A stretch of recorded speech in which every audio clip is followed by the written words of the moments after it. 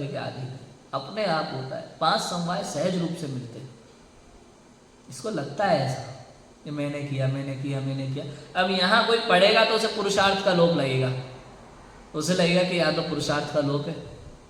कई जीवों की ऐसी भ्रांति है। रवि, मैंने 5 समवाय पहले लिए थे ना यहाँ पे। बहुत ही इजी है, लोगों को समझना है बस। हर शास्त्र में अलग अलग अपेक्षा से बात है।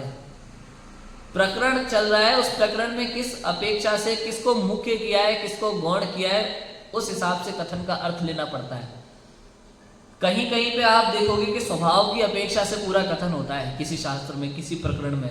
वहां उसको सुनेगा, उस पर किसी विद्वान के प्रवचन सुनेगा ना, तो इसको ऐसा ही लगेगा कि भाई सारा काम स्वभाव का है, स्वभाव के अधीन ही सब कार्य होता है, स्वभाव से मुख्य की प्राप्ति होती है, स्वभाव दृष्टि सबसे महत्वपूर्ण है। बाकी 4 समवायों को वो पूरा गौण करना था, लेकिन वो हटा देता है उसे। जहां पुरुषार्थ की अपेक्षा से कथन चलता है, वहां उसे लगता है पुरुषार्थ के बिना कुछ नहीं होता, ये स्वभाव निमित्त वगैरह कुछ नहीं, निमित्त वगैरह से कार्य नहीं होता, पुरुषार्थ से सारा कार्य होता है। वहां वो पुरुषार्थ को ही पकड़ के बैठ जाता है। जहां काल लब्धि का प्रकरण चल रहा होता है, किसी शास्त्र में काल लब्धि का प्रकरण चल रहा होता है ना, तो उसे लगता है काल लब्धि ही सब कुछ है, जब समय होना होगा तब हो जाएगा अपने आप। तो अब उसके लिए वो कुछ नहीं करेगा, काल लब्धि पकड़ के बैठ जाएगा। जब भवितव्यता का, होनहार भी जिसे कहते हैं, उसका प्रकरण चल रहा होता है शास्त्र में, तो उसे लगता है जैसे अभी चल रहा है भवितव्य के अधीन है। अब इसे लगेगा होने योग्य जब होता है तब होता है, भवितव्य के अधीन है सब कुछ, बाकी 4 समवाय को हटा देगा। और जब निमित्त का प्रकरण चलता है तो कुछ लोग केवल निमित्त को ही सब कुछ मानते हैं।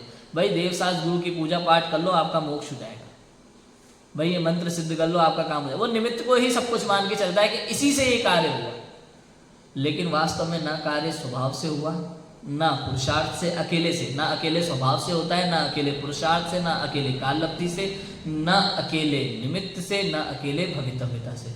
5 समवाय एक साथ होते हैं तब कोई कार्य की सिद्धि होती है। समझ में आया? अब उस समय जो बनता है उस पर आरोप आते हैं। जैसे स्वभाव में कार्य हुआ तो स्वभाव भी माना जाएगा, वहां स्वभाव भी मौजूद है। ले अब उस स्वभाव में जब जिस समय निमित्त बना, वहां निमित्त भी मौजूद है। उस समय ही होना था, इसलिए उसको भवितव्यता कहा। काल आ गया, उस समय ये होना था इसलिए भवितव्यता कहा, और इस काल में होना था इसलिए उसे काल लब्धि कहा। और इस बीच में जो भी प्रोसेस हुई उसके अंतर में, उस कार्य में, उसको कहते हैं पुरुषार्थ।